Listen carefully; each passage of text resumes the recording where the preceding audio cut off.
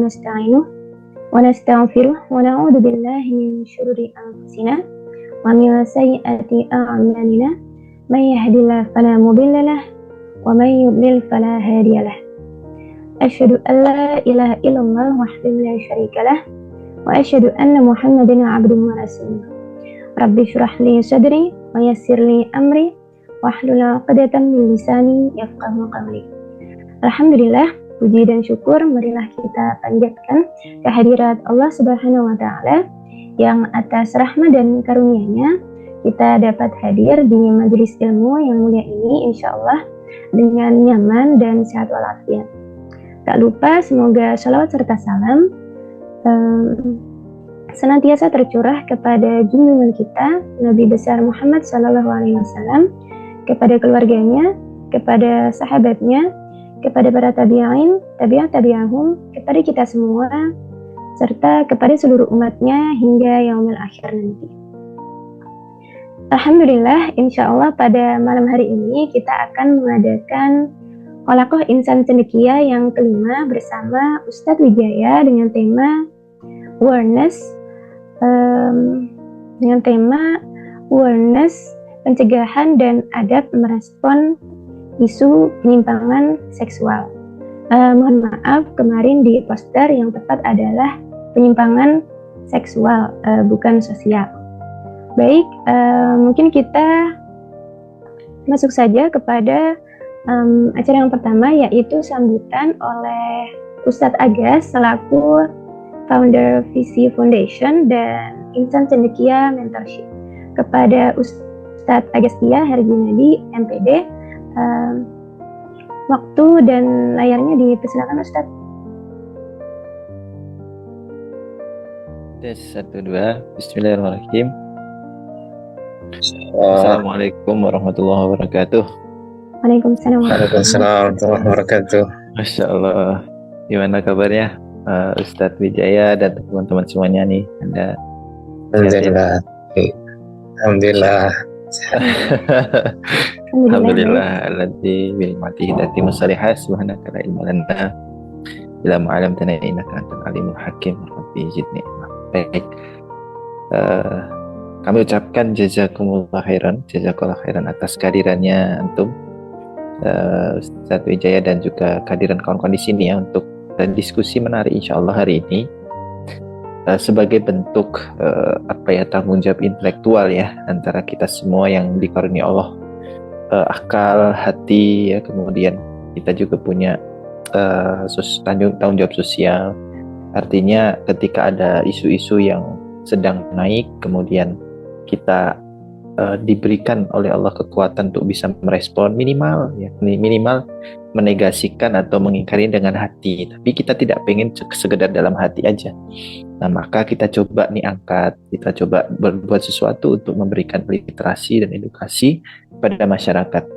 Insya Allah tidak ada yang kecil jika sudah diterima oleh Yang Maha Besar ya. Jadi apa yang kita jadikan program secara rutin nih Halaqah Muda, bagian dari cara kita untuk memperkokoh iman ya, mengecar iman kita yang naik turun ya, yang kusbi maksiat atau yazidu bitta'ah. Nah, sarana untuk meningkatkan keimanan kita dengan cara berilmu, kemudian bersirkel kalau sekarang ya bahasanya. Kalau bahasa dulu halaqah atau liqa dengan lingkungan yang saling tawasobil haq wa tawasobil sabr. Nah, insya Allah temanya sangat menarik hari ini, malam ini ya ahlan teman-teman semuanya. Di sini ada siapa aja nih? Ada Teh Neng ya, kemudian ada Ahmad Nabil, ada Wahida, ada juga Dita, ada Tiwi, dan teman-teman semua nih. Insya Allah silakan nanti ikut berdiskusi juga setelah penyampaian menarik insya Allah akan disampaikan oleh Ustadz Wijaya Paputungan ya. Nanti dijelaskan lebih lanjut oleh moderator kita ya, insya Allah dari profiling beliau insya Allah nanti. Baik, itu saja mungkin dari saya. Semoga Allah meridhoi dan merahmati serta mencatat sebagai amal soleh dan menjadikan kita agen-agen untuk memperluas dan memperkuat ya bagaimana Islam ini terus diteguhkan sampai kelak mendapatkan takdirnya bangkit dan menjadi rahmatan lil alamin. Barakallahu fikum. Assalamualaikum warahmatullahi wabarakatuh. Waalaikumsalam warahmatullah, Ustadz Agas. Syukran jazakallah khair Ustadz atas sambutannya. Baik, kita masuk saja kepada acara utama, yaitu pembahasan materi. Sebelum kita memasuki acara utama, izinkan saya untuk sedikit memperkenalkan narasumber. Beliau adalah Ustadz Kusuma Wijaya Paputungan, MPD. Beliau merupakan magister dari psikologi yang saat ini diamanahkan sebagai wakil ketua Yayasan Peduli Sahabat. Ya, yayasan yang memberikan edukasi, konsultasi, dan juga pendampingan seputar dunia orientasi seksual serta identitas sosial non-heteroseksual. Baik bagi pribadi, keluarga, maupun masyarakat yang mengalami masalah dengan orientasi seksualnya. Beliau juga banyak memberikan edukasi dan wawasan dari segi keislaman, dan juga beliau banyak memberikan sumbangsi penelitian di bidang penyimpangan seksual dan juga penyakit AIDS. Mari kita sambut bersama Ustadz Wijaya. Tafadhol Ustadz, waktu dan layarnya dipersilakan Ustadz. Saya boleh share screen? Boleh Ustadz. Boleh ya? Boleh Ustadz. Udah bisa ya? Ya, sudah Ustadz. Oke. Baik, Assalamualaikum warahmatullahi wabarakatuh. Bismillah walhamdulillah wassalatu wassalamu ala rasulillah sallallahu alaihi wasallam wa ba'd.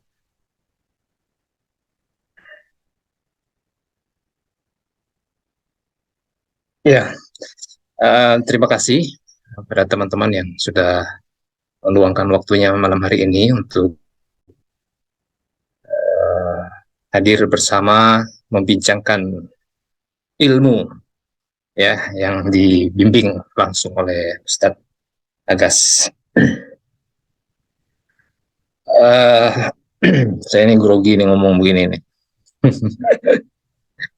Tapi saya apresiasi rekan-rekan semua ingin belajar topik ini ya. Ini topik sebetulnya topik yang tidak mudah untuk dibicarakan dengan waktu yang ringkas.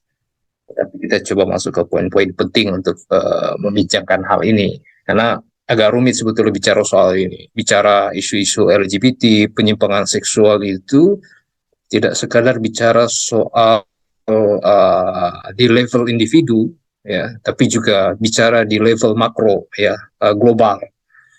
Dan bicara soal topik ini juga tidak sekedar bicara tentang bidang psikologi yang menjadi bidang yang saya geluti sejak lebih dari 10 tahun yang lalu, tapi dia mencangkup bidang yang lain, misalnya bidang politik, ekonomi, budaya, dan lain sebagainya. Secara umum kita bicara soal peradaban lah misalnya. Sehingga bagi saya tidak apa-apa meskipun waktunya ringkas, kita coba untuk bicara soal-soal yang urgent untuk dibicarakan. Kemudian saya ingat psikolog sosial namanya Levinson, dia mengatakan bahwa anak muda yang dalam masa perkembangannya tidak mendapatkan mentoring yang benar, maka dia akan mengalami dua permasalahan. Yang pertama masalah psikologis individu, kemudian yang kedua masalah karir. Jadi sistem mentorship ini penting untuk mendampingi teman-teman yang muda. Karena secara di dalam ilmu psikologi, khususnya psikologi perkembangan, masa-masa remaja, tanda petik ya. Ini saya pinjam dulu istilah yang populer ya, remaja, meskipun saya punya kritik juga mengenai konsep itu. Tapi kita pinjam dulu lah. Di masa remaja itu memang masa yang berada dalam situasi dan kondisi transisi ya. Kenapa dia transisi? Ya karena masih dalam proses perkembangan. Nah, dalam proses perkembangan ini, perkembangan kognitif, perkembangan ya kognitif intelektual, kemudian perkembangan emosi, perkembangan relasi sosial, kemudian ada perkembangan psikoseksual, ada juga pertumbuhan seksual. Nah, ini masa-masa yang rentan yang kalau tidak diberikan ilmu yang benar dan keteladanan yang betul melalui sistem mentoring, maka rentan mengalami permasalahan. Oleh karena itu, tadi saya mengutip pernyataan Levinson, seorang psikolog sosial di Eropa, bahwa dia berangkat dari penelitian empiris untuk menyatakan teman-teman empirik yang berkaitan dengan masa-masa muda. Ya, maka saya apresiasi, bersyukur teman-teman bergabung di apa namanya ini, halakoh insan cendekia. Ini penting teman-teman untuk berkelompok ya, berkelompok saling mengingatkan dalam kebenaran dan kesabaran. Nah, bicara soal menyikapi penyimpangan seksual atau orientasi seksual sesama jenis, untuk bisa menyikapi ya kita perlu paham dengan betul apa sebetulnya penyimpangan orientasi seksual, apa yang dimaksud dengan penyimpangan, apa yang dimaksud dengan orientasi seksual. Tanpa memahami itu ya kita tidak akan mampu bersikap adil. Padahal sebagai Muslim, orang yang meyakini Islam sebagai ad-din, agama yang satu-satunya agama yang benar, agama wahyu, kita diperintahkan untuk bersikap adil terhadap berbagai hal, termasuk fenomena LGBT dan penyimpangan orientasi seksual. Dan untuk syarat untuk dapat berlaku adil ya kita harus punya ilmunya, ilmu tentang LGBT ya, ilmu tentang penyimpangan orientasi seksual. Nah itu cara bersikap adil. Poinnya adalah mengilmui diri. Kita punya ilmunya dulu, baru mampu bersikap adil atau beradab. Nah, jadi adab itu jangan sebatas slogan saja, tapi based on knowledge. Nah, kalau waktu kita cukup, ya mungkin kita akan bicara soal fenomena LGBT, dampak LGBT terhadap perkembangan anak dan remaja, psikologi dan kesehatan mental, perilaku seksual sesama jenis, dan intervensi psikologis. Intervensi psikologis ini berkaitan dengan bagaimana kita menyikapi, ya, bagaimana kita menyikapi isu LGBT, penyimpangan seksual di level individu, mikro, sampai ke level makro. Itu penting. Nah, tentu teman-teman tidak asing lagi ya dengan fenomena LGBT, dan saya tidak akan perlu secara eksplisit maupun atau detail untuk membahas soal ini. Nanti kapan-kapan lah kita akan bicara. Tetapi secara garis besar, LGBT itu kita bisa bagi ke dalam dua kategori. Yang pertama adalah LGBT sebagai sebuah permasalahan psikologis, dan yang kedua LGBT sebagai sebuah masalah pandangan hidup, ya, pandangan hidup, ya, yang turunannya adalah gerakan ideologi, politik dan lain sebagainya. Mungkin teman-teman akrab dengan Ghazul Fikri, mungkin istilah itu yang paling akrab ya. Nah, untuk bisa memahami ini ya tentu kita perlu masuk pada cara pandang yang global.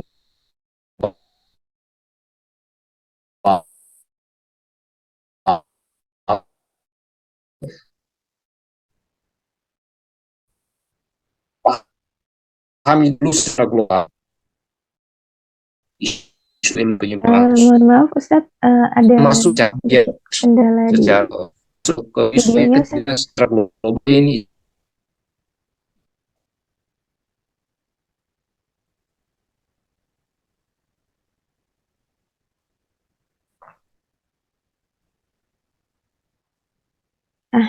Baik, sepertinya ada kendala dari pembicara. Mungkin bisa kita tunggu sebentar.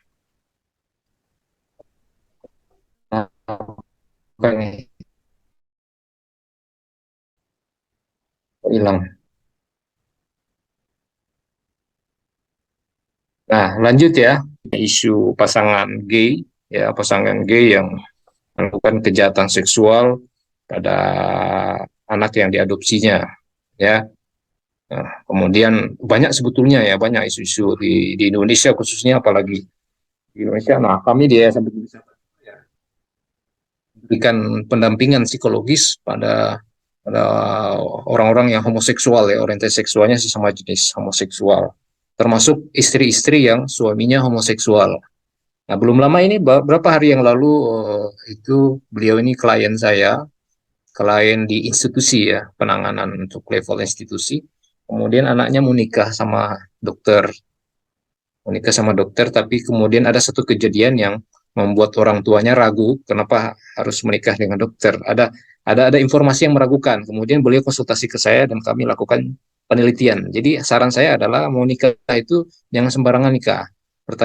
Pertama harus tanya eh, apa namanya status kesehatan ya, kesehatannya. Apakah dia punya apa namanya penyakit HIV ya, virus virus HIV, infeksi menular seksual. Yang kemudian yang kedua, apakah dia homoseksual atau bukan, itu yang harus ditanyakan. Termasuk apakah calon pasangan kita lesbian atau enggak. Dan hasil penelitian kami menunjuk ke arah sana. Jadi dokter ini, calon menantunya itu teridentifikasi suka sesama jenis. Dan saya menyarankan ke orang tuanya untuk jangan mengambil risiko menikahkan anaknya dengan orang yang terindikasi homoseksual. Karena hidupnya jadi ruwet. Nikah sama mereka ini hidupnya jadi ruwet. Apa-apa jadi ya, kita akhirnya nggak akan hidup senang kalau nikah sama mereka, karena kondisi dia punya problem kepribadian, dia punya problem mental yang lain, dan kemudian ada teror-teror yang muncul dari mantan-mantannya. Itu kan hidup kayak gitu kan nggak enak tuh. Nah, kemudian masalah HIV/AIDS pertama kali menyebar dari tindakan seks sesama jenis. Di bahwa uh, seks sesama jenis itu memunculkan azab. Nah, HIV ini, virus HIV itu sebetulnya azab ya, azab bagi pezina sesama jenis. Kemudian ini kita bisa lihat dari data yang ditampilkan. Coba perhatikan yang ini nih, 70,7% itu usia 25 sampai 49 tahun yang positif HIV. Kalau kita mau pakai hitung-hitungan perkembangan HIV ke AIDS itu antara 5 sampai 10 tahun. Berarti kalau dia usia 49 tahun, usia berapa dia mulai kontak seks? Gitu. Urutan yang kedua tertinggi positif HIV di usia 20 sampai 24 tahun.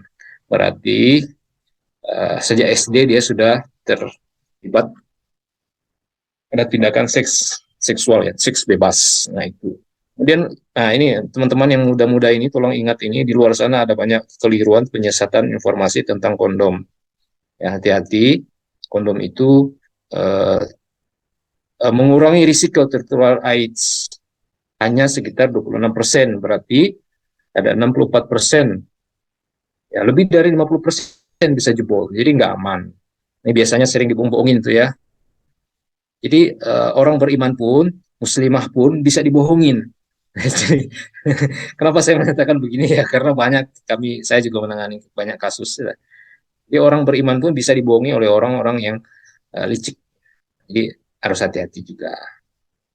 Ya, ini kelamin versus anal, ini hati-hati. Kelamin ketemu dengan anal itu bisa menularkan HIV dan infeksi menular seksual yang lain. Kelamin versus kelamin, kemudian kelamin dan oral seks itu hati-hati. Banyak ya pacaran-pacaran di usia muda, yang remaja-remaja ini ya, yang perempuan maupun yang laki-laki ya sama itu. Mau yang berjilbab atau nggak berjilbab, presentasinya sama sebetulnya ya. Ya, saya nyatakan fakta aja ini, jadi teman-teman bisa refleksi diri juga. Nah, ini, nah teman-teman, jadi di Indonesia itu ada laporan dari Dinkes, kemudian dari pemerintah ya, misalnya di Depok atau di Bekasi ya, itu belum lama ini itu banyak suami-suami yang gay yang terindikasi homoseksual. Jadi mereka menikah hanya untuk menutupi status sosial mereka. Artinya para istri ya, para ibu ini ya, perempuan ya, calon-calon istri, calon-calon ibu-ibu, kalau mau nikah hati-hati. Kalau yang pernah kuliah, coba gunakan cara berpikir penelitian ilmiah. Telitilah dengan hati-hati calon pendamping hidup kita dengan metode ilmiah. Wawancara, ya, wawancara.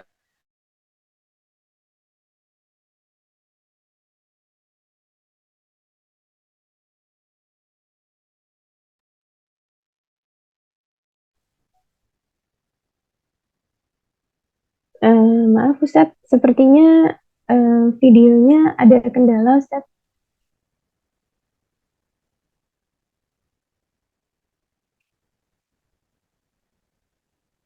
Eh, Baik, sepertinya sinyal Ustadz Wijaya sedang ada kendala. Mungkin bisa kita tunggu sebentar.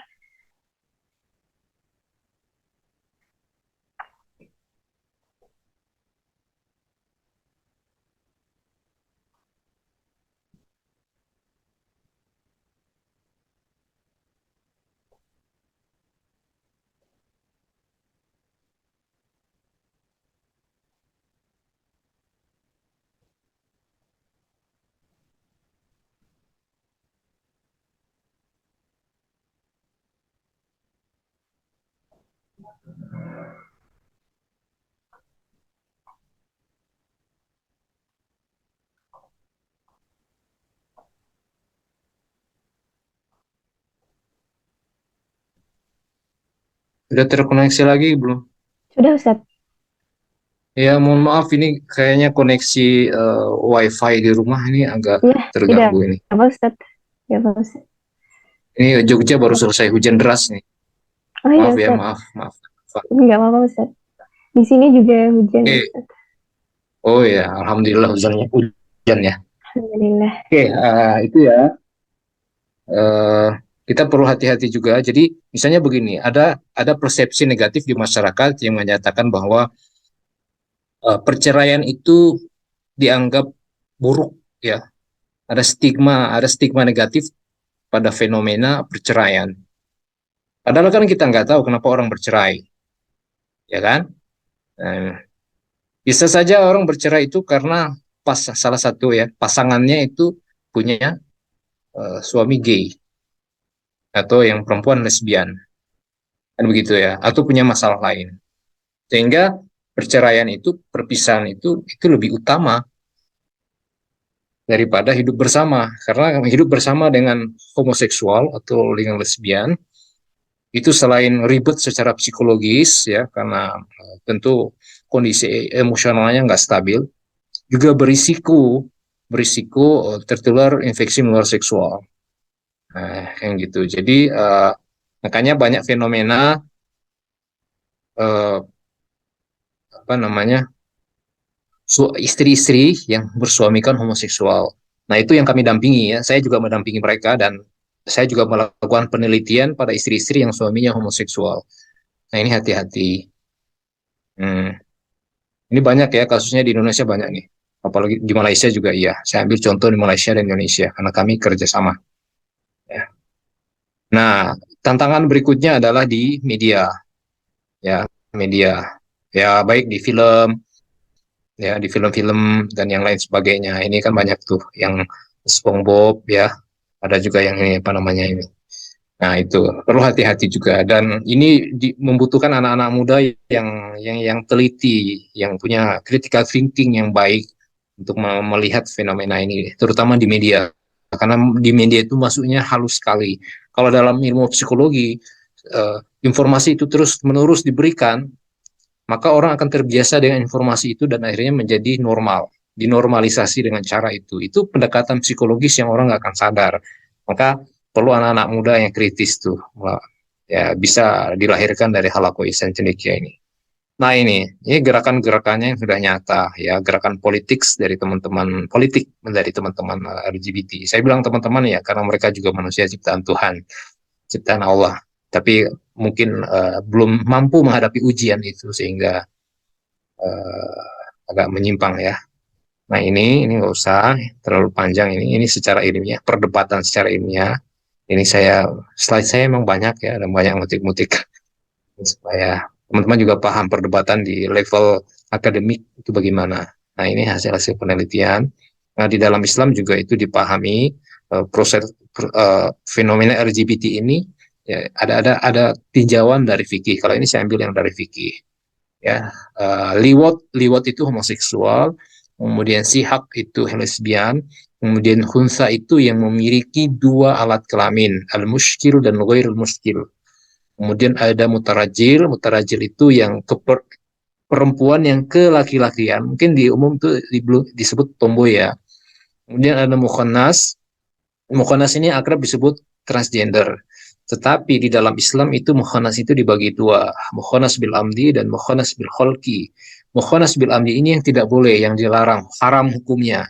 Kenapa? Karena dia misalnya sejak lahir ada laki-laki sejak lahir agak lembut perilakunya, agak lembut suaranya, kemudian perilakunya agak keperempuanan ya. Memang ada seperti itu, orang yang model macam itu sejak lahir. Nah, kalau dia menyadari kemudian mengubahnya atau tidak memperturut itu supaya tidak menjadi persis seperti perempuan, maka dia masuk kategori mukhanas bil kholqi, itu tidak apa-apa. Karena dia ada usaha untuk tidak menyerupai perempuan, itu lawan jenisnya.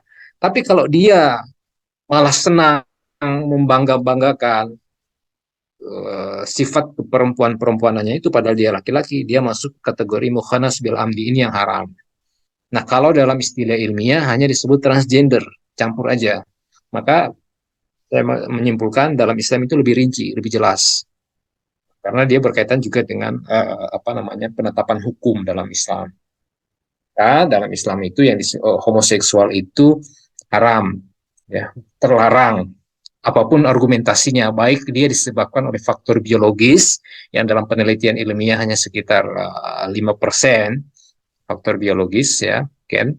Kemudian atau dia problem psikologis lebih banyak karena masalah trauma psikologis dan pola asuh. Nah, ini penting juga ya. Statusnya haram, hukumnya haram, tetapi bagaimana cara menghukumnya, bentuk hukumannya itu berbeda-beda menurut beberapa ulama. Tetapi secara umum ya dia harus dihukum zina, seks sesama jenis. Nah, ini yang bingung. Kita harus menyadari dan mengakui bahwa homoseksual dari kalangan muslim pun ada. Artinya dia bingung dengan kondisinya. Di dalam Islam itu haram, ya, terlarang. Dia harus diperintahkan untuk melawan atau mengendalikan hawa nafsunya, syahwatnya. Sementara secara psikologis memang hasrat untuk suka sesama jenis itu ada. Ya, jadi itu sebetulnya fakta, kita harus mengakui fakta bahwa ada orang yang baik sejak lahir maupun mengalami perubahan dalam masa perkembangannya yang cenderung ke suka sesama jenis itu ada.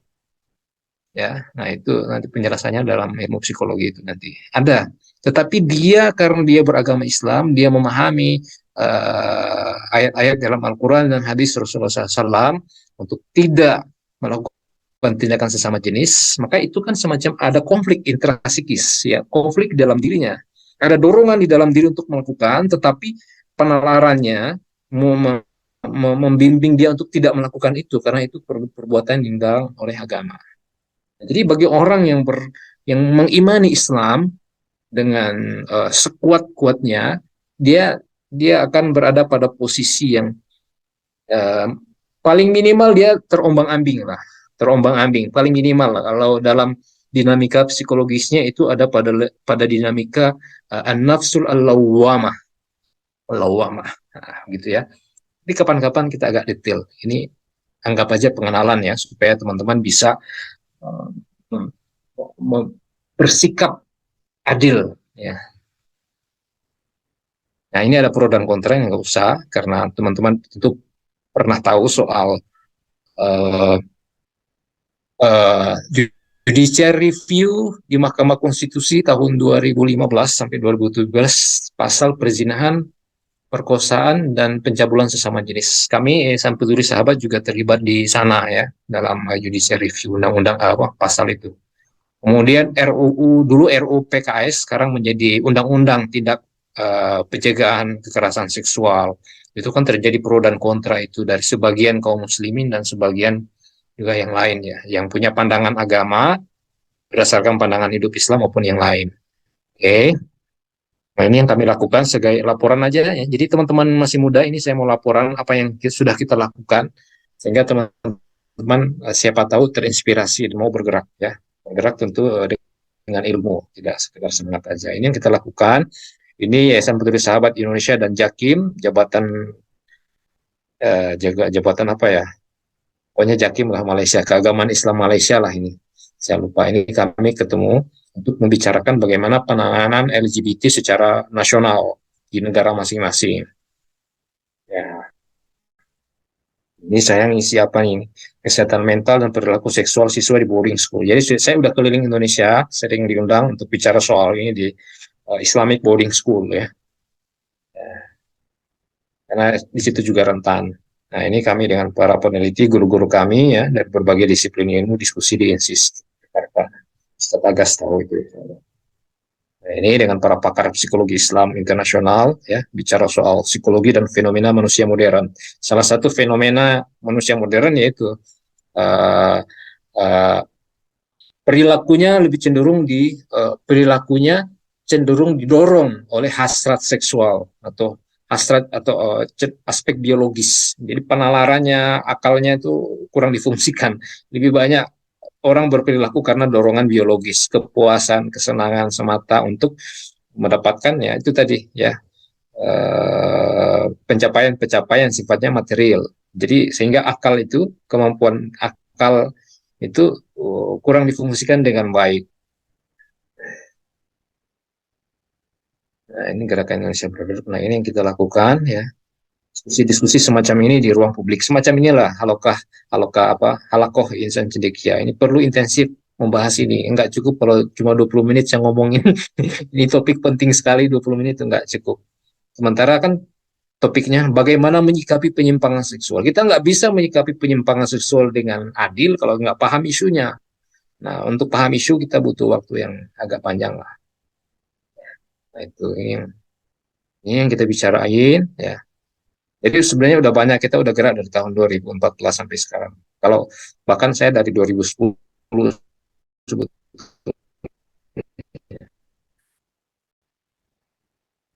Soal argumen. Kenapa kita harus paham ini? Argumen, argumen biologis ya yang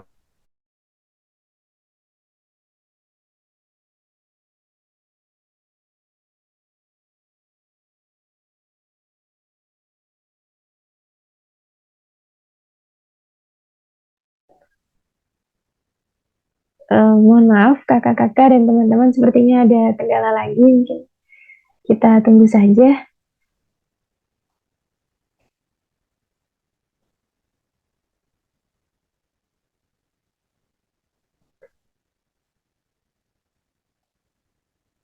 Allah maafkan saya. Tidak apa-apa, Ustaz. Ini nggak biasanya, baru malam ini dia sering trouble. Ya, ini tampak ya, kelihatan ya ini ya. Oke, saya nggak akan detail ya, cukup baca aja lah bahwa homoseksual itu bukan karena struktur otak ya. Kalau kita paham metodologi penelitian ilmiah, kita bisa mengkritik ini. Maka saya sangat menganjurkan pada teman-teman semua untuk punya keinginan yang kuat, tekad yang kuat, menguasai metode penelitian ilmiah sesuai dengan bidangnya masing-masing. Kalau saya psikologi, saya banyak belajar metode penelitian. Sejak 2020 saya uh, uh, apa namanya belajar orang dokter khusus penelitian psikologi, penelitian psikologi karena kita ini menunjukkan, membuktikan bla bla bla bla. Kita tanya prosedur penelitian ilmiahnya bagaimana. Kalau kita paham itu, kita bisa mengkritik dan kita bisa bersikap adil menyikapinya. Kalau nggak paham ya kita akan mudah. Meskipun karena yang menyampaikan profesor doktor maka kita langsung percaya apa pendapatnya, apa pernyataannya. Ini keliru ini, jangan. Karena kemampuan intelektual itu tidak selalu sebanding dengan gelar akademik yang panjang itu. Ya. Oke, ini juga kami mau kritik. Saya juga mencari itu pedoman penegakan diagnosis klinis di psikologi atau psikiatri. Nah, kita temukan itu banyak penelitian-penelitian yang perlu digunakan. Ini perubahan-perubahan jadi buat aja ini hasil penelitian. Saya melakukan literature review melihat bagaimana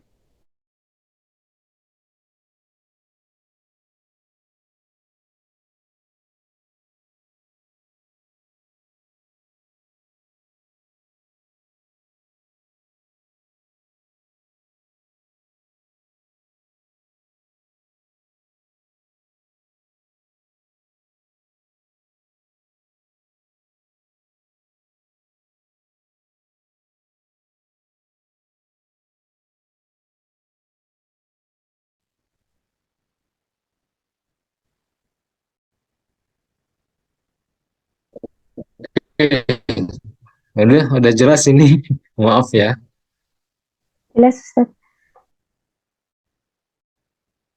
Nah, berdasarkan teori dan hasil riset ini gak usah jadi faktor lingkungan nature atau apa bawaan. Jadi bawaan itu cuma 5%, selebihnya faktor lingkungan.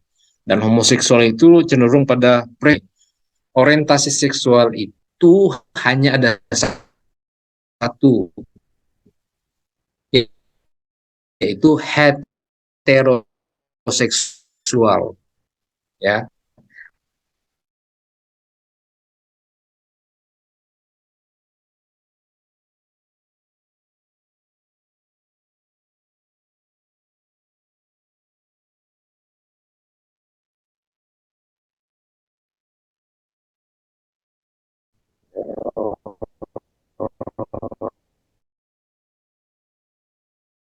Orientasi itu hanya ada satu, yakni heteroseksual. Selain heteroseksual, tidak disebut orientasi seksual, tetapi preferensi seksual. Nah, begitu teorinya. Oke. Nah, dampak RJ terhadap perkembangan anak dan remaja. Nah, kalau kita melihat berbagai penelitian ilmiah dalam psikologi dan teorinya, ya, itu dikatakan begini.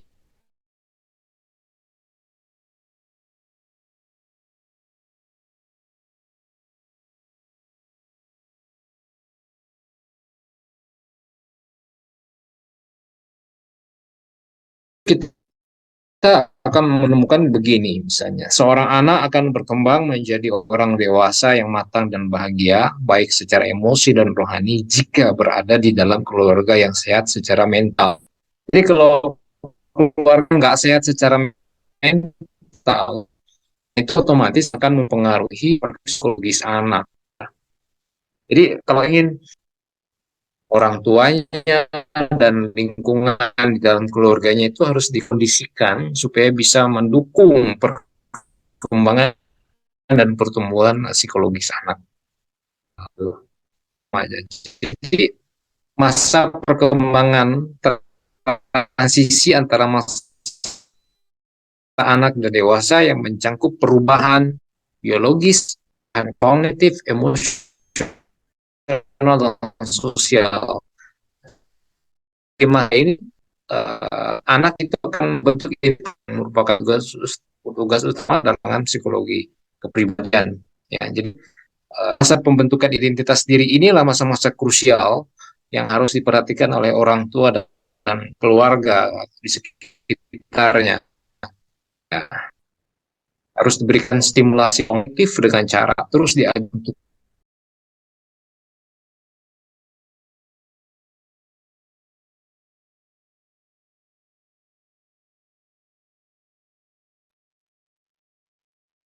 diberikan stimulasi emosional dan sosial, ya misalnya diajak untuk membangun relasi sosial dengan tetangga, dengan teman-teman sebayanya, dan dikenalkan tentang emosi marah, senang, sedih, bahagia. Nah, itu perlu disampaikan. Ketika misalnya anak berinteraksi dengan teman sebayanya, kemudian terjadi konflik antar sebaya, gak apa-apa, itu perlu dijelaskan mengapa hal itu terjadi. Nah, dengan cara-cara demikian akan membantu proses perkembangan psikologis anak dan terutama lagi adalah pembentukan kepribadian. Jadi kepribadian itu ada yang sifatnya pemberian sejak lahir yang diberikan oleh Allah dan ada yang sifatnya dipengaruhi oleh lingkungan. Dan pembentuk kepribadian itu terjadi di masa-masa anak sampai usia sekitar 10 sampai 17. Nah, masa-masa ini penting ya, masa-masa ini penting. Dan orang tua termasuk orang-orang di sekitarnya harus memperhatikan ini. Berikutnya, ini yang jadi kalau kebutuhan psikologis anak dan remaja itu tidak dipenuhi oleh keluarga, tidak dipenuhi oleh lingkungan masyarakat di sekitarnya, maka ini akan terjadi, akan mengalami kebingungan identitas diri. Apakah laki dan perempuan, bagaimana seharusnya bersikap dan berperilaku? Nah, ini yang akan terjadi. Dan ini bukan persoalan fashion, ya. Fashion yang keren di kalangan remaja anak muda, tapi itu soal identitas diri. Dan tentu yang bagian dalam terma itu disebut akhlak.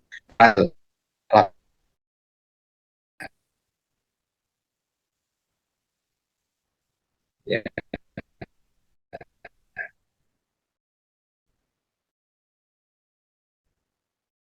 Nah, ini contohnya nih, ada data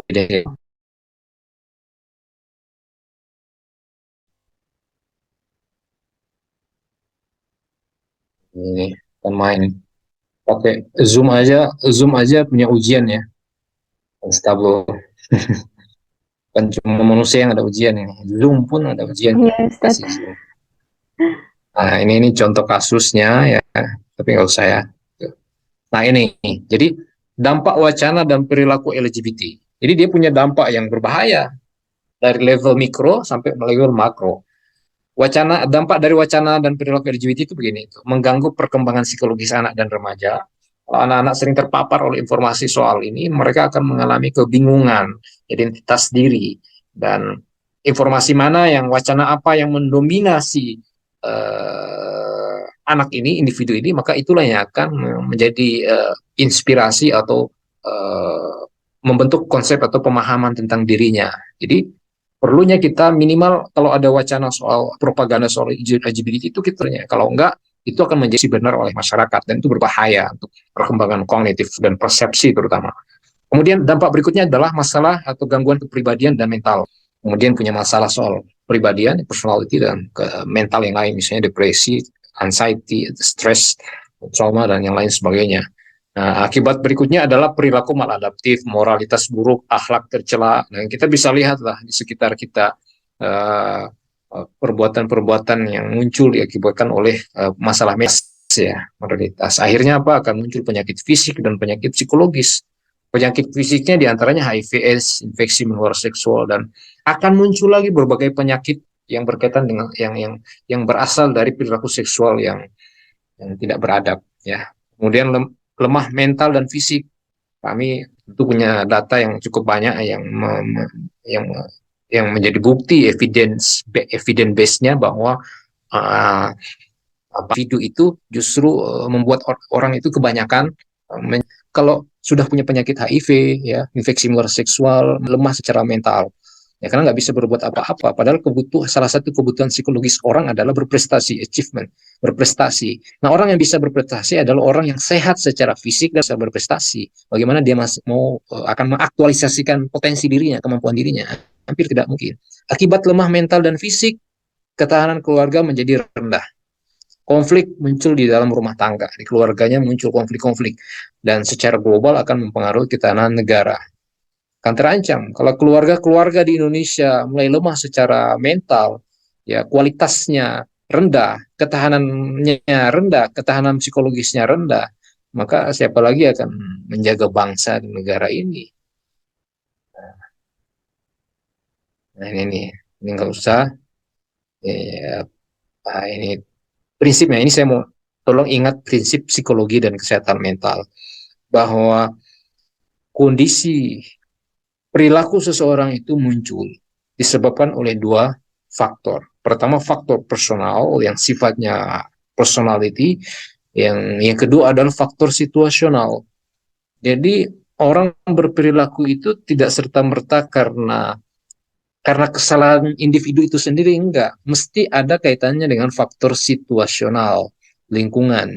Nah, anak-anak dalam masa perkembangan itu kalau hidup di lingkungan yang buruk, maka akan memunculkan karakter yang buruk. Kalau remaja-remaja menyibukkan dirinya menimba ilmu di halakoh insan cedekia yang muatan ilmunya bermutu, insya Allah itu akan membentuk karakter yang baik dan perilaku yang muncul juga perilaku yang baik. Jadi untuk mengubah perilaku individu tidak cukup menyasar individu itu, tetapi lingkungannya juga harus diubah. Maka salah satu keyakinan di dalam pandangan para profesional kesehatan mental adalah kalau kita ingin mengubah diri kita ingin membuat jiwa kita menjadi sehat, ubahlah lingkungan kita. Kalau di kota A kita merasa tidak berkembang secara kognitif, mental, dan lain sebagainya, kita harus pindah tempat, hijrah ke tempat yang lebih kondusif untuk tumbuh kembang kita. Nah, ini penting. Nah, ini terbanyak teorinya ini. Usah. Nih. Oke. Nah, kita mau bicara soal ini. Apa penyebabnya? Nah, faktor yang mempengaruhi perilaku seksual. Kenapa kita perlu memahami yang faktor yang mempengaruhi ini supaya kita paham kenapa kenapa ada penyimpangan seksual, kenapa ada isu LGBT, kenapa ada orang homoseksual, ada hetero, ada biseksual, ada transgender. Dengan kita memahami faktor penyebabnya atau faktor yang mempengaruhi, maka kita tidak akan mudah untuk melakukan judgement atau mengevaluasi orang lain dan tidak akan mudah mengeneralisasi. Seolah-olah yang laki-laki yang keperempuan-perempuanan perilakunya itu pasti homoseksual, dan laki-laki yang tanpa maco, laki banget kelihatan, itu pasti heteroseksual. Enggak begitu. Begitu, itu hampir rata. Jadi orang yang tampak keperempuanan yang disebut muhannas atau transgender belum tentu dia homoseksual. Bisa saja dia heteroseksual, hanya perilakunya yang berbeda. Yang kita anggap heteroseksual maco itu bisa jadi homoseksual, dan kami sering menemukan itu. Kenapa? Ya karena klien kami sebagiannya yang begitu. Laki-laki kok. Laki-laki kelihatan laki-laki, tapi ternyata homoseksual. Karena itu kita menemukan banyak fakta, temuan-temuan yang menunjukkan bahwa mereka menikah dan istri-istri mereka nggak tahu kalau mereka itu homoseksual. Kenapa? Karena secara fisik dan perilaku memang seperti laki-laki yang perkasa, gagah perkasa itu, fitness, badannya kekar, bagus, ya, nah, begitu ya. Jadi hati-hati ya, Mbak Elfitri kalau mau nikah. Oke, ini nggak usah. Ini slide ini menunjukkan bahwa perubahan perilaku seksual suka sesama jenis pada homoseksual itu bisa terjadi. Dan itu sudah dibuktikan oleh yayasan kami, Yayasan Peduli Sahabat Indonesia dan Jatim di Malaysia. Artinya bisa berubah. Karena itu bukan fitrahnya. Oke, nah itu. Nah, saya mau masuk ke sini. Nah, ini. Bagaimana? Jadi apa yang bisa kita lakukan? Ya, apa yang bisa kita lakukan supaya dapat bersikap adil? Setelah kita memahami wacana LGBT dan penyimpangan seksual itu, kemudian kita memahami faktor-faktor yang mempengaruhi mengapa orang mengalami penyimpangan seksual, meskipun mohon maaf, Ofan ya, tadi saya nggak detail banget, tentu teman-teman tahu keterbatasan waktu. Nah, setelah memahami itu, apa yang bisa kita lakukan? Nah, kita bisa melakukan sesuatu pada level individu, level keluarga, level lingkungan, level kebijakan publik, dan yang lebih luas lagi. Di level kebijakan publik, misalnya teman-teman AILA, ya, kalau pernah dengar AILA dan yang lain-lain, itu yang sering mengajukan ini loh, yang sering mengkritik eh, propaganda LGBT di Indonesia, ya, orang-orang yang dianggap kontra terhadap LGBT. Nah, misalnya yang sekarang jadi undang-undang tindak penghapusan kekerasan seksual. Sebelum dia jadi undang-undang, itu kan masih bersifat rancangan undang-undang PKS kalau dulu itu. Nah, kalau kita punya kemampuan intelektual yang baik, maka kita bisa masuk pada level intervensi kebijakan publik. Intervensi kebijakan publik itu adalah kita menganalisis masalah tentang kejahatan seksual di Indonesia. Apa masalah kejahatan seksual di Indonesia? Apa penyebabnya? Kenapa itu bisa terjadi? Kita analisis dengan melakukan penelitian ilmiah. Nah, setelah melakukan penelitian ilmiah, kita menemukan faktor-faktor penyebab terjadinya kejahatan seksual. Setelah mengetahui faktor penyebabnya, kita akan merumuskan solusi untuk bisa mencegah dan menangani. Nah, di level pencegahan, apa yang bisa kita lakukan? Kemudian di level intervensi atau penanganan, apa yang bisa kita lakukan? Nah, kita akan mampu masuk pada level kebijakan publik kalau kita punya kemampuan intelektual yang memadai, dan itu hanya bisa terwujud kalau kita membiasakan diri mendaras ilmu, ya, hadir terus di halakoh insan cendekia, mengkaji ilmu dan fenomena di masyarakat. Jadi jangan ilmu aja yang dikaji, tapi fenomena di masyarakat. Nah, dua hal ini penting supaya antara ilmu yang secara teoritis kita pahami dengan betul dapat kita gunakan untuk menganalisis problem di masyarakat. Tanpa itu kita nggak bisa berbuat apa-apa. Nah itu, saya berharap teman-teman insan cendekia ini akan masuk di level kebijakan publik. Tetapi dari sekarang kita perlu konsisten untuk mengilmui diri, terus belajar ilmu-ilmu yang benar, ilmu yang penting, dan perbanyak diskusi yang bermutu tinggi. Nah, berikutnya di level keluarga, agak lompat ya, nggak usah di lingkungan pendidikan. Di level keluarga ini kita perlu punya kesadaran tentang peran dari fungsi keluarga dan peran suami istri. Nah, itu perlu. Nah, dari mana kita mendapatkan ilmu? Ya, kita akan dapat ilmu soal keluarga ini, ilmu keluarga ya, dari menghadiri majelis ilmu semacam ini. Kalau di kampus-kampus nggak semua belajar ini. Padahal ini ya, kasus-kasus yang sering terjadi, kasus mental jiwa itu terjadi karena berasal dari keluarga yang tidak harmonis atau bermasalah, ya, tidak sehat. Keluarga nggak sehat. Nah, padahal keluarga itu, menikah itu adalah ibadah sepanjang hidup. Nah, kalau kita nggak punya ilmu tentang pernikahan, kita nggak punya ilmu tentang keluarga, ya bagaimana kita akan menjalani kehidupan ini? Seringkali kita justru belajar ilmu psikologi, ilmu ekonomi, ilmu apa lagi, politik, ya, teknologi dan informatika dan yang lain sebagainya, lupa belajar ilmu keluarga. Akhirnya orang nikah itu tanpa punya modal ilmu tentang keluarga. Nah, akhirnya apa? Orang sibuk bekerja, lupa dengan keluarga. Kalau sudah punya prestasi yang baik, lupa dengan keluarga. Nah, padahal kalau terjadi sesuatu, tempat pulang yang nyaman itu mana? Keluarga. Sebanyak apapun teman kita nggak akan sehebat support system yang ada di dalam lingkungan keluarga. Nah, setelah keluarga kemudian individu. Nah, poin pentingnya terakhir yang ingin saya sampaikan adalah intervensi psikologis di level keluarga ini. Jadi perlu kita memahami soal konsep fitrah manusia. Apa itu fitrah, apa itu manusia, apa itu jiwa manusia, itu perlu kita pahami dengan betul berdasarkan sumber-sumber ilmu yang benar, ya, yang sifatnya pasti dan meyakinkan, bukan ragu-ragu dan berubah-ubah. Ya.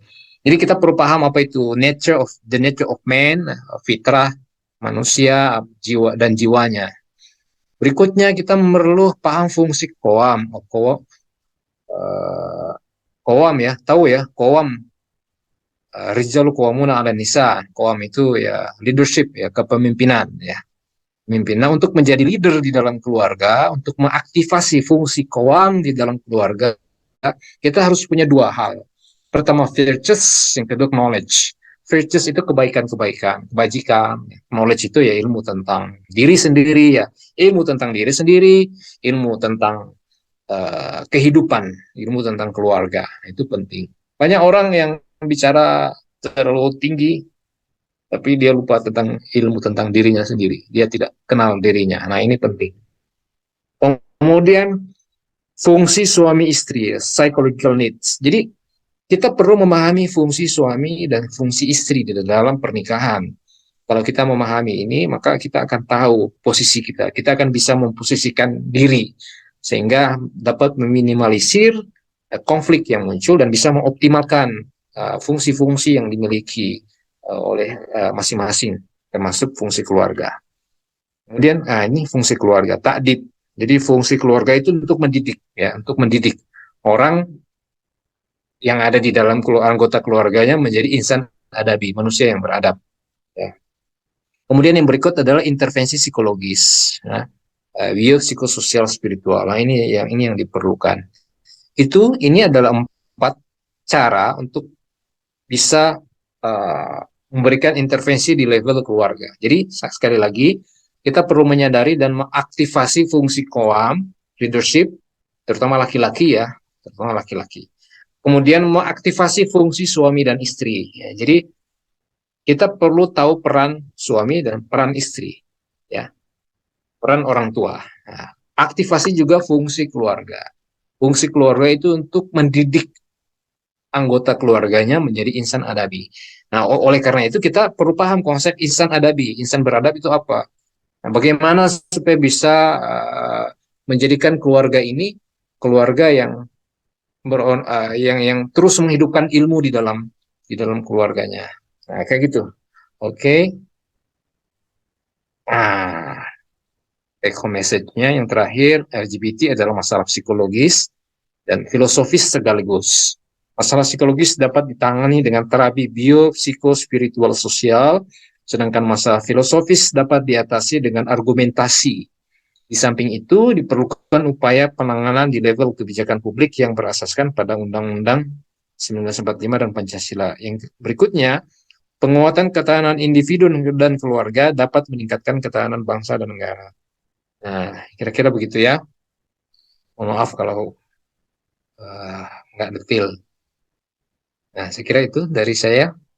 Silakan kalau mau kita lanjut diskusi atau apalah. Baik, terima kasih Ustadz Wijaya.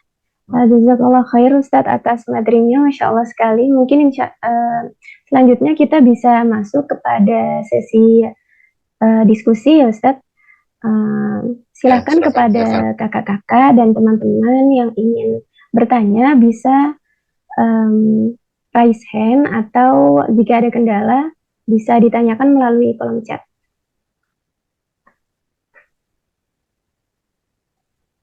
Nah, dari Kak Dita dipersilakan Kak untuk bertanya. Baik, terima kasih sebelumnya Teh Fitri. Suara saya kedengaran dengan jelas atau tidak? Terdengar jelas Kak. Oke. Sebelumnya maaf ya saya pakai avatar karena kamera saya tuh nge-glitch. Jadi kalau malah on cam kalau nggak bagus gitu. Jadi syukur sebelumnya Ustadz Wijaya untuk pemaparan materinya. Ustadz saya sebenarnya ada beberapa pertanyaan gitu Ustadz. Mungkin saya gambarkan dulu gitu ya Ustadz. Saya kan sekarang kuliah di jurusan sejarah gitu kan Ustadz.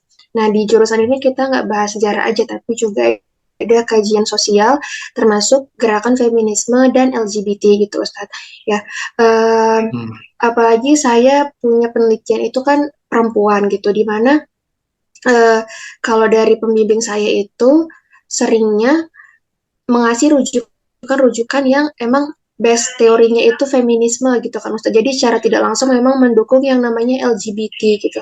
Nah saya kalau misalkan saya tulis gitu dalam teori yang berseberangan gitu dari yang dibilang dosen saya, mungkin itu bisa dibilang apa ya, kalau menurut beliau mungkin kurang pas gitu untuk penelitian saya gitu. Jadi gimana ya Ustadz, karena saya sebenarnya tahu gitu kan, tapi saya ketika mau menuliskan itu gitu, itu terhambat mungkin bukan terhambat ya bilangnya, mungkin belum cocok gitu di lingkungan yang heterogen kayak di kampus saya, di mana kami sebagai mahasiswa wajib memandang suatu gerakan itu mau feminisme mau LGBT itu sebagai sesuatu yang netral gitu, Ustaz. Nah mungkin uh, saya yang mau saya tanyakan gitu, sebaiknya sikap saya sebagai mahasiswa bagaimana gitu, Ustaz? Apakah saya tetap ikut aja dulu apa yang dibilang dosen saya, atau saya ambil sikap-sikap tertentu? Nah mungkin itu dari saya, Ustaz. Terima kasih. Saya kembalikan. Ya, langsung jawab aja ya supaya masih ingat. Ya, pertama untuk bisa memahami teori-teori itu ya kita perlu mempelajarinya secara mendalam. Jadi sikap yang baik, yang tepat bagi pelajar ya kita semua yang masih belajar, yang masih kuliah, ya nggak usah terlalu apa namanya. Misalnya begini, dosen minta untuk menganalisis fenomena sosial menggunakan teori feminis. Nggak apa-apa, nggak apa-apa. Itu kan kajian akademis. Justru itu menjadikan peluang kita untuk memahami teori-teori tentang feminisme. Ya, teori-teori feminisme itu kita gunakan sebagai pisau analisis untuk fenomena sosial. Itu nggak apa-apa. Dengan cara itu kita akan dengan feminisme yang menurut Pak tambahkan dengan mempelajari soal uh, kritik terhadap teori-teori feminis. Ya, jadi begini. Kalau kita ingin mengkritik sebuah teori, yang pertama harus kita miliki adalah memahami teori itu sendiri. Ya, memahami teori yang akan kita kritik. Gitu. Yang kedua, yang harus kita punyai dan ini yang paling penting adalah memiliki parameter atau standar yang digunakan untuk mengkritik. Paham ya sampai sini ya? Kita harus punya standar, parameter yang akan digunakan untuk mengkritik. Nah, misalnya pandangan hidup Islam. Nah, nanti belajar sama Ustadz Agas itu ya. Pandangan hidup Islam itu apa? The worldview of Islam itu apa? The worldview of Islam ini digunakan sebagai paradigma ilmu atau standar untuk mengkritik teori feminisme. Nah, tetapi kritik itu akan terjadi kalau kita paham soal teori feminisme. Misalnya begini, tadi saya bilang saya mengkritik soal struktur otak homoseksual. Kenapa saya bisa mengkritik itu? Ya karena saya paham metodologi penelitian ilmiah yang digunakan di dalam penelitian struktur otak atau neuron homoseksual. Kalau saya nggak paham metodologi penelitiannya, saya nggak bisa mengkritik. Kesimpulannya adalah tidak apa-apa Anda menggunakan mempelajari teori feminisme untuk menganalisis fenomena sosial. Nah itu, oke ya. Gak apa-apa, pelajari aja dulu. Kan mempelajari teori itu kan tidak sampai pada meyakini bahwa teori itu pasti benar. Kalau kita paham filsafat ilmu, paham epistemologi ilmu, itu kita akan mengerti bahwa hampir semua teori ilmiah itu sifatnya sementara. Artinya dia bisa berubah-ubah. Ya, bisa berubah-ubah. Dengan demikian ya kita nggak ada masalah menggunakan teori feminisme itu, mempelajari teori feminisme itu. Kecuali kalau teori feminisme itu digunakan untuk mendekonstruksi syariah, mengkritik. Misalnya feminis digunakan untuk mengkritik konsep warisan. Ya, konsep warisan itu kan dalam Islam itu kan ada ya, sudah ada pembagiannya yang sudah menikah dan yang belum menikah, kalau anaknya berapa itu ada pembagiannya. Tapi kalau menggunakan kritik, menggunakan teori feminisme itu akan didekonstruksi, itu akan hancur itu. Nah, Anda jangan menggunakan teori feminisme itu untuk mengkritik hukum-hukum di dalam Islam. Gak usah. Gunakan saja itu untuk menganalisis fenomena sosial dan itu nggak masalah. Insya Allah tidak mengganggu akidah, nggak sampai keluar dari Islam. Saya belajar psikologi barat dari tahun 2007 sampai sekarang ya nggak murtad saya. Nggak, alhamdulillah nggak murtad. Padahal teori-teori psikologi itu ya banyak yang ateis. Freud ya ateis tuh, yang kafir-kafir kan banyak. Nggak kafir saya, alhamdulillah. Malah semakin saya mempelajari psikologi barat, malah saya semakin bergairah untuk memproduksi teori-teori yang sesuai dengan pandangan hidup Islam. Karena itu selain saya belajar psikologi barat, juga mempelajari psikologi Islam. Nah, gitu ya. Pokoknya jangan jangan langsung pesimis atau memberontak ketika dosen minta gunakan teori feminisme untuk menganalisis masalah sosial. Jangan, ikutin aja dulu. Itu kan bukan pelajaran ini, tanda petik bukan pelajaran akidah ya secara langsung, tanda petik loh ya. Nanti kita bahas agak detail soal itu. Tapi itu sikap saya dan saya kira Anda perlu melakukan itu. Pakai aja nggak apa-apa. Toh Anda kalau Anda kalau terpaksa menggunakan itu, mau mengkritik juga belum mampu mengkritik teori itu. Sekarang saya tanya, Anda bisa nggak mengkritik teori feminisme itu? Ya belum mampu. Wong Anda kan masih belajar. Nggak apa-apa. Jadi jangan dulu mengkritik. Cemas boleh konsultasikan dengan Ustadz Agas, sering-sering hadir di halakoh Insan Cendekia supaya kecemasan-kecemasan yang berkaitan dengan penelitian ilmiah di ruang akademis itu kita bisa urai dengan cara begini diskusi. Nggak usah cemas, nggak apa-apa. Lanjutkan. Ya, oke. Sekian dari saya. Masya Allah, terima kasih banyak Ustadz Wijaya atas jawabannya. Berarti semakin luas kita mengkaji, justru keyakinan kita semakin kuat ya Ustadz. Betul. Baik, kira-kira dari Kak Dita tadi sudah menjawab ya Kak? Atau apakah?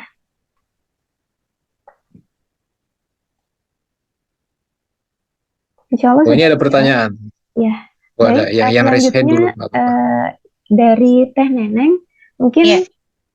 bisa bertanya. Ya, terima kasih Neng Fitri. Bismillahirrahmanirrahim. Assalamualaikum Ustadz. Saya Teh Neneng, diizinkan sama Ustadz Agas untuk ikut gabung sama anak muda. Mudah-mudahan jadi muda juga. Amin. Semangat yang muda insya Allah.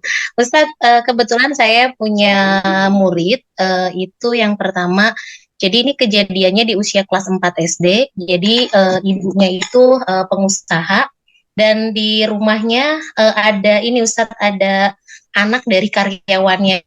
Suatu hari, ini anak laki-laki usia kelas 4 SD, pas lagi tidur di tengah malam, kondisi si kemaluan anak ini maaf ya, mohon maaf nih, dikulum sama si anak dari karyawannya. Sampai jadi akhirnya pertama kali yang dia ingat memorinya mengeluarkan spermanya di usia kelas 4 SD dan itu sama laki-laki. Nah, ketahuannya di usia kelas 1 SMP, dia lagi di pondok dan dia menggambar gambar laki-laki dengan laki-laki. Alhamdulillah waktu itu dia menceritakan detailnya sama saya sampai gambar-gambarnya. Dan kasus yang ketika cerita sama saya pertama adalah pada dasarnya anak ini punya masalah dengan ibunya. Pertama, ibunya itu sangat dominan. Kedua, ayahnya cenderung yang mengalah. Jadi tidak ada sisi kekoaman di ayahnya. Terus waktu itu saya menyarankan dia untuk terapi ya Ustadz. Nah, disarankan dari terapi itu sekitar 7 kali pertemuan, tapi ibu bapaknya nggak terlalu bisa kerjasama sampai cuma 3 sampai 4 pertemuan, jadi nggak selesai. Nah, pertanyaan saya adalah, apakah anak ini kemungkinan besar akan menjadi homo, dan apakah kalau memang tidak sampai ke sana, apalagi yang harus bisa dilakukan, karena memang akhirnya malah dimasukkan pesantren gitu nih Ustadz. Ini satu. Terus yang kedua, ini teman lama saya, mau Ustadz dua, karena kasusnya sangat dekat. Terus yang kedua adalah ada sahabat saya, dia usianya sekarang usia 40 tahun, dia pernah menikah 2 kali, dan istrinya itu tidak diapa-apain. Nah, ketika saya tanya langsung sama dia, saya bilang, kamu memang sudah tidak ereksi sehingga kamu tidak mampu sama istri kamu. Terus jawaban dia, masih Teh katanya, tapi kalau ketemu sama perempuan saya nggak ada hasrat. Nah, ada nggak Ustadz yang memang kemungkinan karena dia secara agama mungkin sudah punya pemahaman sehingga satu sisi dia mungkin ada ketertarikan sesama, tapi sisi lain dia punya value atau punya nilai bahwa ini nggak boleh gitu. Akhirnya dia memilih sendiri, dan ketika saya bilang coba deh kamu terapi gitu. Nah, kejadiannya adalah dia terapi kepada ustadz dan ustadznya itu malah suka sama dia. Akhirnya dia semakin trauma gitu. Nah, jadi saya juga bingung nih, saya mau bingung gitu, maksudnya mau nyaranin dia juga pada dasarnya yang masih normal gitu. Terus yang kedua, ketika dia mencari, mungkin saya juga kalau Ustadz ada referensi, mungkin saya bisa arahkan, mudah-mudahan bisa dibantu juga. Itu aja sih Ustadz yang pertanyaannya. Terima kasih. Assalamualaikum warahmatullahi wabarakatuh. Ya, dua pertanyaan ini butuh sesi khusus ini. Tapi begini, untuk pertanyaan yang pertama, apakah berpotensi mengarah ke seks sesama jenis? Ya, ya, berpotensi. Argumentasinya begini, yang sederhananya. Pertama, berdasarkan informasi yang disampaikan Teh Neneng Kurnia, dia punya problem di dalam rumah tangga, di keluarganya, ya. Dia punya role model yang tidak ideal bagi anak seusia itu.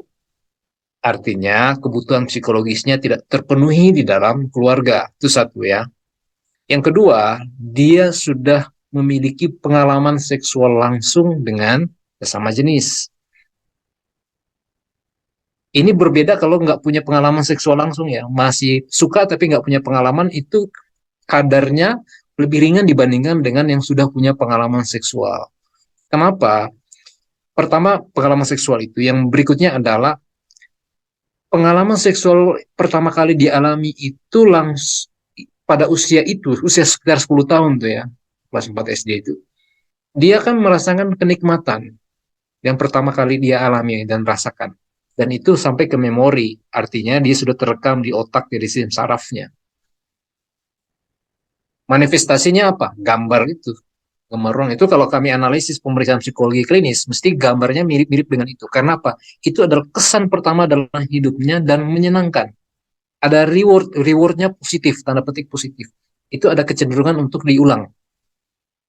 Nah, berdasarkan data dan analisis sederhana ini, saya dapat menyimpulkan bahwa bisa diprediksi ada kecenderungan ke sana dia di kemudian hari. Nah, repotnya adalah anak ini sudah dimasukkan di pesantren, boarding school.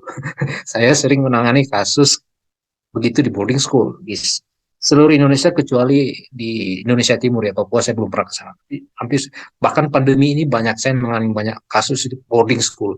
Masalahnya jadi kalau masalah di boarding school, sebelum dia masuk boarding school sudah punya masalah, contoh anak tadi, dan ada yang bermasalah sejak ketika dia berada di boarding school. Jadi sebelumnya nggak punya masalah. Ketika masuk di boarding school akhirnya punya masalah. Kenapa? Karena dia bertemu dengan orang yang punya masalah, anak yang punya masalah itu. Nah, itu problemnya. Mestinya jangan dulu dimasukkan di boarding school. Ada pendampingan dulu, ya, baru dimasukkan. Kalaupun terpaksa sudah dimasukkan di boarding school, supaya dia tidak menular secara psikologis, karena usia begitu itu ada keinginan untuk mengulangi kenikmatan itu. Karena dia sudah punya pengalaman langsung. Nah, supaya dia tidak menularkan secara psikologis ke teman-teman yang lain, ya anak ini harus dikondisikan. Bahaya soalnya. Itu ya jawaban yang singkat dan insya Allah cukup lah itu ya. Pertanyaan yang kedua itu, orang tersebut bisa jadi memang dia tidak punya hasrat seksual, baik pada sesama jenis maupun lawan jenis, bisa misal aseksual itu. Nah, bisa juga dia punya keinginan atau hasrat seksual sesama jenis, cuman belum berubah dalam bentuk perilaku nyata. Nah, untuk orang ini ya kami sarankan untuk pendampingan ya. Pendampingan aja di Yayasan Peduli Sahabat itu gratis ya. Jadi di Yayasan Peduli Sahabat itu kantornya di Ciracas, Jakarta Timur. Itu ada dua model layanan berbayar dan layanan gratis. Kalau layanan berbayar itu kami langsung yang para seniornya langsung, senior kami, ya saya dan teman-teman yang lain yang akan mendampingi. Kalau yang gratisan itu relawan yang sudah kami latih, ya, relawan yang kami latih. Jadi sesuaikan dengan kemampuan. Tetapi secara umum silakan berkonsultasi saja di Yayasan Peduli Sahabat ya, Jakarta Timur itu, atau gabung di di Facebook ya, akun Facebook, grup Facebook Peduli Sahabat itu ada banyak di situ. Di banyak membaca cerita-cerita orang-orang yang punya masalah yang seperti itu, ada yang berubah, ada yang masih dalam tahap proses perubahan, macam-macam lah. Tapi yang penting beliau punya keinginan. Dan yang jauh lebih penting lagi adalah beliau tidak melakukan tindakan seks sesama jenis meskipun punya keinginan atau hasrat seks sesama jenis. Paling penting itu jangan. Karena kalau dia sampai melakukan tindakan seks sesama jenis, artinya dia punya pengalaman langsung, ya, pengalaman seksual langsung, itu sudah berbahaya, agak sulit berubah dibandingkan dengan orang yang masih tahap ingin, suka, tidak sampai pada tindakan seks sesama jenis. Nah kan sayang sekali kan, sudah nikah 2 kali, istrinya nggak disentuh. Wah, padahal di luar sana tuh banyak jomblo-jomblo yang berani menyentuh. Kasihan sekali itu. Kami punya klien itu yang sampai 12 tahun tuh belum pernah disentuh oleh suaminya. 12 tahun menikah belum pernah disentuh oleh suaminya. Karena apa? Memang nggak ingin, nggak ada keinginan. Bahkan dia Iya, melihat banyak besar mau juga. mm, bahkan mau bergaya semacam apapun istrinya di depan dia tuh nggak ada sama sekali, nggak tertarik. Bisa muntah-muntah itu suaminya. Jadi itulah, itu kan akhirnya fenomena kan, fakta yang kita tidak boleh mengingkarinya, tetapi kita perlu coba untuk memahami secara proporsional, secara adil. Nah, gitu. Untuk yang anak tadi, boleh juga dikonsultasikan di Yayasan Peduli Sahabat. Sana gratis kok, insya Allah. Eh, Teh Neneng juga boleh menjadi teman baik si beliau itu ya, teman baik dalam rangka untuk mengingatkan beliau, jadi tempat ceritanya beliau dan mengingatkan beliau jangan sampai jatuh pada perzinahan sesama jenis. Karena biasanya orang-orang semacam itu butuh teman, social support, butuh teman diskusi, ya, yang bisa memahami mereka. Karena tidak semua orang mau memahami masalah seksual, seks sesama jenis atau LGBT. Kadang-kadang yang dikedepankan adalah kebencian. Kadang-kadang yang dominan adalah ketakutan. Ya, padahal kan kalau kita punya kemampuan, ya bantulah orang yang membutuhkan bantuan. Kalau nggak bisa membantu ya jangan mencela, ya, jangan menghina, jangan munculkan stigma negatif. Kayak gitu. Ya, Ya, dari saya itu. baik, Mudah-mudahan terima kasih. Terima kasih, Ustaz. membantu. Ya, Ya, sama-sama. eh, insya Allah sudah menjawab ya Teh Neneng. Eh, baik, Ya. mungkin sebelum kita masuk kepada pertanyaan yang selanjutnya, izin mengingatkan kepada kakak-kakak dan teman-teman semuanya untuk bisa mengisi presensi di kolom chat. Baik, untuk pertanyaan selanjutnya ada di chat Kak Sadiah. Assalamualaikum Ustadz, terima kasih atas pemaparan dan ilmunya. Sebagai orang tua, bagaimana memprediksi dini orientasi seksual anak, serta cara-cara untuk mencegah dan mengatasi orientasi seksual sesama jenis? Terima kasih. Gimana Ustadz? Mana ya pertanyaannya ya? Info. Mungkin Wah ini cara saya nggak bisa kira-kira jawab. ada nggak Saya nggak gitu bisa jawab singkat itu. tanda-tanda gitu Ustadz mungkin secara Bagaimana sekilas. memprediksi dini orientasi seksual anak? Memprediksi.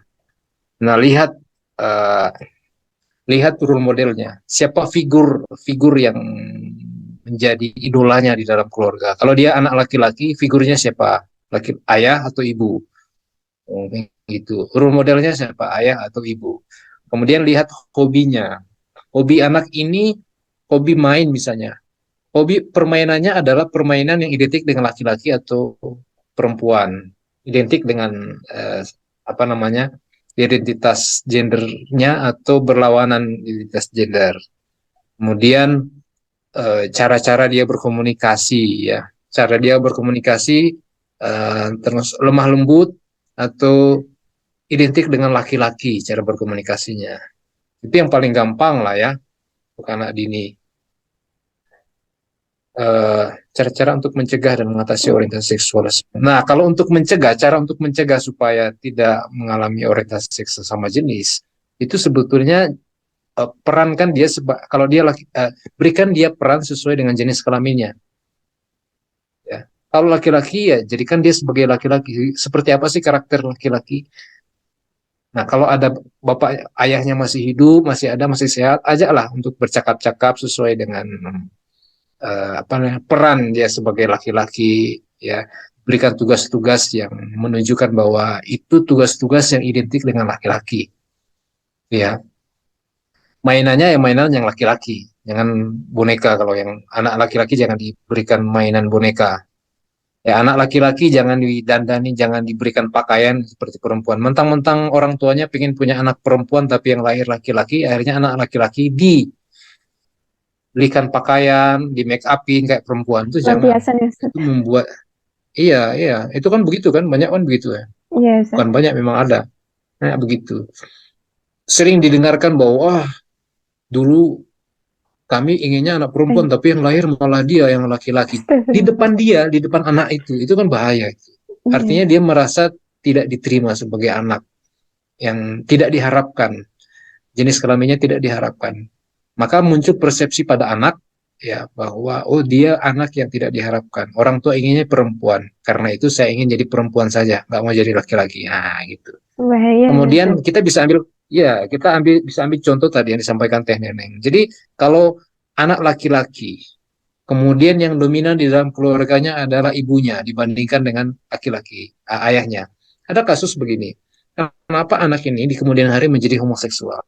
Karena setelah kami tracking, analisis psikologis ke belakang, historical background-nya, kita temukan ternyata dia punya trauma psikologis. Di usia anak, dia melihat ibunya yang dominan, yang bersikap kasar terhadap ayahnya, sementara ayahnya bersikap diam, dingin, pasrah. Akhirnya persepsi yang muncul pada anak ini adalah saya nggak mau jadi laki-laki karena laki-laki lemah. Persepsi yang lain adalah saya tidak suka pada perempuan karena perempuan itu kasar. Akhirnya apa? Ya begitulah yang terjadi. Iya, Nah Ustaz. itu termasuk termasuk ini buat ibu-ibu, bapak-bapak yang sudah nikah. Kalau melakukan hubungan seksual jangan di depan anak. Pisahkan kamar tidurnya. Kenapa? Kasus-kasus yang kami temukan di yayasan itu begini. Jadi anak ini melihat orang tuanya melakukan hubungan seksual. Nah, bagi yang sudah menikah, suami istri, mesti kalau melakukan hubungan seksual, kadang-kadang ada suara-suara yang muncul kan, semacam suara teriakan, ya. Nah, teriakan itu kan bukan sesuatu yang mengerikan, bukan sakit, malah menyenangkan. Justru itu yang diinginkan oleh suami istri. Tetapi bagi anak, teriakan itu kan sesuatu yang menakutkan, menyakitkan. Maka muncul persepsi, padahal di dalam psikologi perkembangan kognitifnya itu belum matang. Perkembangan kognitifnya belum matang, kemudian dia melihat suatu kejadian yang menyakitkan di depan mata, itu akan memunculkan persepsi negatif. Nah, kalau persepsi negatif itu muncul di dalam pikirannya, itu akan menjadi belief system. Nah, belief system itulah yang mendrive, yang mendorong orang untuk berpikir dan berperilaku. Hati-hati dalam urusan kognitif, urusan berpikir, urusan persepsi. Apalagi untuk anak yang dalam masanya memang masih dalam perkembangan kognitif. Hati-hati. Apapun apa yang dia lihat, apa yang dia dengar, itu akan terekam di dalam memorinya. Dan sekali lagi, informasi yang masuk di memori itu akan diolah dan memunculkan sebuah sistem berpikir dan sistem keyakinan. Maka sekali lagi saya menekankan hati-hati dengan pikiran, hati-hati dengan akal, dengan otak. Ya, Oke, Alhamdulillah. itu ya. Ya, terima kasih Ustadz Wijaya atas jawabannya. Insya Allah sudah menjawab ya kepada Kak Sadiah. Mungkin ada satu lagi nih Ustadz, ada pertanyaan. Assalamualaikum Ustadz, jazakallah khair atas ilmunya. Izinkan saya bertanya. Qadarullah saya adalah seorang pengajar di sebuah Islamic boarding school lagi ya Ustadz. Dan qadarullah juga ada beberapa yang terindikasi LGBT, dalam hal ini bisex. Saya pribadi belum pernah tes anak ini karena kalau via BK agak jelimet dan bisa aja dia isinya tidak jujur. Saya minta tipsnya Ustadz untuk menggali dan mengetes anak yang terindikasi penyimpangan seksual dan bagaimana pendekatannya untuk mendakwahi dan mengingatkan tetapi tidak sampai membuat mereka blocking sama saya. Di dalam ilmu psikologi, supaya kita mampu menggali informasi yang kita inginkan, kita butuhkan, maka kita perlu pakai strategi komunikasi yang persuasif. Kita perlu membangun kepercayaan, building rapport itu harus dibangun. Tanpa strategi ini, mengawalinya dengan ini, kita tidak akan bisa mendapatkan informasi yang diinginkan. Apalagi anak. Anak itu lebih sulit dibandingkan dengan orang dewasa. Orang dewasa kalau dia manipulasi perilaku, manipulasi informasi, kita bisa melakukan cross check. Kita bisa menggunakan metode yang lain yang secara tidak langsung, metode psikologi yang secara tidak langsung itu bisa mengungkap apa yang sebenarnya terjadi. Tapi anak berbeda dengan anak kalau nggak mau udah nggak mau dia. Anak SD, SMP, SMA kalau nggak mau udah memang benar-benar nggak mau. Maka orang-orang yang mau mendampingi ya, anak ini harus punya kecakapan, kemampuan interpersonal, komunikasi interpersonal. Dia harus punya itu. Jadi pendekatannya yang harus pendekatan itu. Tidak langsung to the point. Kalau dengan anak nggak to the point bicara soal problemnya, tapi bicara soal begini. Teori psikologi itu adalah begini.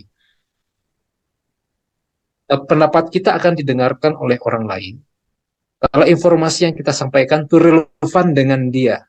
Kalau nggak relevan dengan dia, dia nggak akan mau menuruti apa permintaan kita, apa perintah kita. Maka supaya kita bisa masuk ke alam pikiran anak, ya misalnya yang kasusnya di sekolah boarding school tadi, kita perlu memahami kondisi psikologis anak ini. Kita perlu tahu bagaimana proses berpikir anak ini. Kita perlu tahu kebiasaan dia. Dengan cara itu kita masuk. Kalau pintu diri anak ini sudah terbuka karena dia merasa nyaman ngobrol dengan kita, baru kita bisa masuk.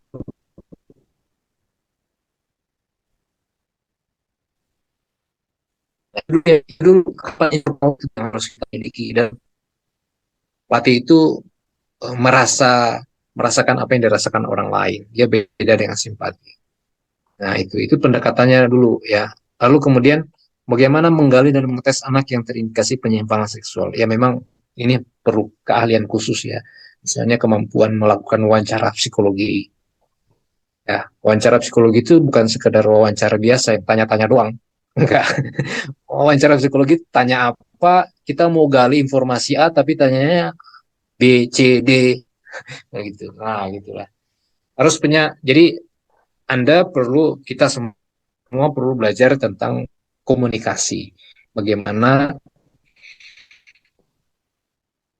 melakukan cermati, observasi. Kalau konteksnya boarding school, lakukan observasi perilaku anak. Ada nggak yang aneh dalam perilakunya? Nah, itu dulu yang kita punya, yang perlu kita miliki ya. Kompetensi dasar itu yang harus kita miliki. Kemampuan melakukan wawancara, psikologi, menggali informasi, dan mengamati perilaku anak. Nah, itu dulu. Nanti detail-detailnya kita perlu diskusi di sesi yang Iya. lain ya. Baik, insya Allah Ustaz. Ya. Tapi itu penting. Baik, Alhamdulillah, insya Allah dari Kak TWP, insya Allah sudah menjawab ya Kak. Karena baik, ini karena adanya keterbatasan waktu ini Ustaz.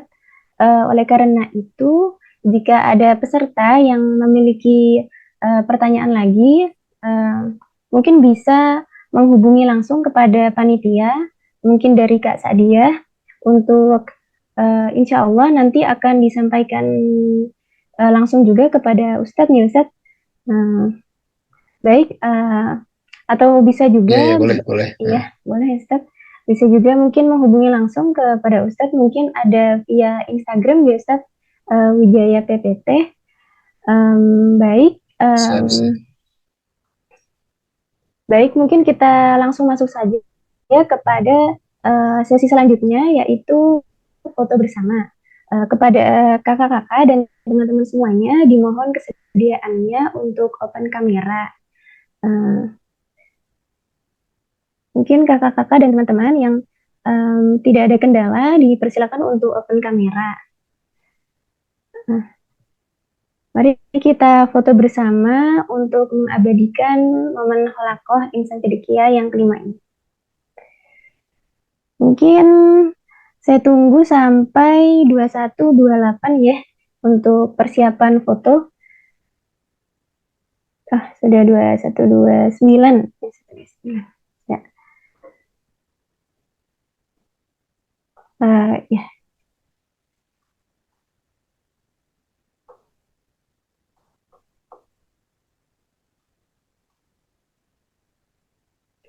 Kak Sadiah mungkin kira-kira apakah bisa berkenan untuk capture?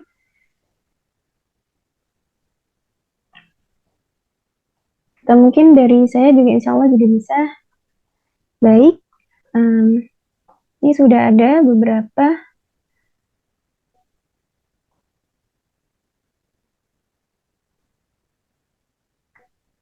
sebentar. Ya, Alvan, mungkin dari KL saja. Ya. Mungkin dari kakak-kakak dan teman-teman apakah ada yang bisa on cam lagi? Atau mungkin kita bisa langsung foto saja. Wah, ada Ustadz Ridho ini. Masya Allah. Ya. Ustadz Ridho ini ahli homeschooling. Oh HSKM, ya, Masya Allah. homeschooling. Apa sih, Ustadz? Itu ilmunya banyak nih, ilmunya Ya, banyak. Ustadz. Saya Mustami, Ustadz, nyimak. Alhamdulillah. Baik, kita foto. Sampai hitungan ketiga. 1, 2, 3. 1. Ya. Bentar. Ya. Mungkin sekali lagi. 1, 2, 3. Syukran jazakallah khair Ustadz Wijaya atas penyampaiannya yang telah membuka acara dan juga yang telah membantu berjalannya acara ini, dan terutama terima kasih kepada kakak-kakak dan teman-teman semuanya yang sudah bersedia hadir di Halaqah Insan Sedekiyah yang kelima ini. Semoga diberkahi Allah dan bermanfaat bagi kita semua. Baik, tak terasa kita sudah berada di penghujung acara. Mungkin sekadar mengingatkan kepada kakak-kakak dan teman-teman untuk mengisi kolom form absensi, dan kemudian kita akan tutup Halaqah Insan Sedekiyah yang kelima bersama Ustadz Wijaya pada malam hari ini. Kita tutup dengan hamdalah dan kafaratul majlis bersama. Alhamdulillahirabbil alamin. Subhanakallahumma wabihamdik asyhadu an la ilaha illa anta astaghfiruka wa atubu ilaik. Saya Alfitri selaku host dan juga teman-teman panitia memohon maaf apabila ada kesalahan dan juga kekurangan. Akhir kata, wassalamualaikum warahmatullahi wabarakatuh. Waalaikumsalam warahmatullahi wabarakatuh. Terima kasih Ustaz. Terima kasih. Banyak Ustaz Wijaya. Assalamualaikum. Waalaikumsalam. Waalaikumsalam. Waalaikumsalam warahmatullahi.